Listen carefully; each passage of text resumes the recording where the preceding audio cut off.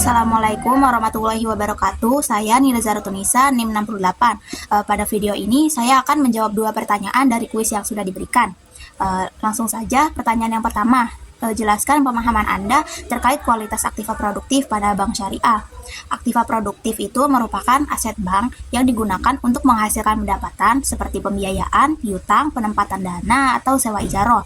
Dalam konteks bank syariah, pengelolaan aktiva ini harus sesuai prinsip syariah dan menjaga keseimbangan antara profitabilitas serta kehalalan transaksi. Kualitas aktiva produktif ini mencerminkan kemampuan bank mengelola asetnya secara sehat dan minim risiko. Beberapa poin pentingnya itu adalah yang pertama, aktiva ini dinilai dari kelancaran pembayarannya. Semakin lancar nasabah membayar kewajibannya, semakin tinggi kualitas aktiva tersebut. Yang kedua, OJK ini mengklasifikasikan kualitas pembiayaan menjadi 5, yaitu lancar, dalam perhatian khusus, kurang lancar, diragukan, dan macet. Nah, yang ketiga itu kualitas yang buruk akan meningkatkan rasio non-performing financing atau NPF dan mengganggu likuiditas bank. Yang keempat itu menjaga kualitas aktiva produktif sangat penting untuk memastikan stabilitas keuangan bank dan mendukung pembiayaan berkelanjutan. Nah, lanjut ke pertanyaan yang kedua, jelaskan apa saja proses yang harus dilakukan agar strategi ALMA efektif dan baik, serta sebutkan tujuan khusus dari kebijakan ALMA. ALMA atau Asset Liability Management itu adalah strategi perencanaan dan kebijakan dalam bank syariah untuk menyeimbangkan antara aset dan liabilitas agar bank tetap liquid, aman, dan sesuai prinsip syariah.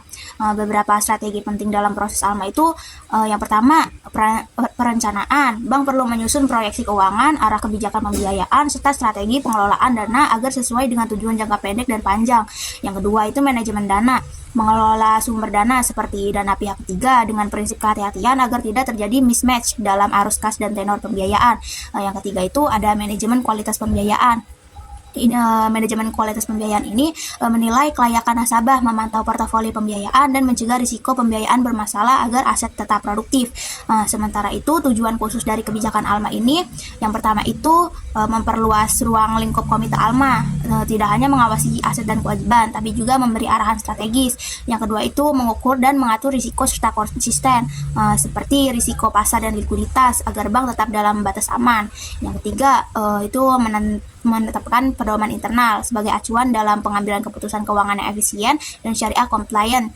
Yang keempat itu membentuk kebijakan yang konsisten dengan aspek lain seperti investasi pembiayaan dan operasional agar tidak tumbang tindih.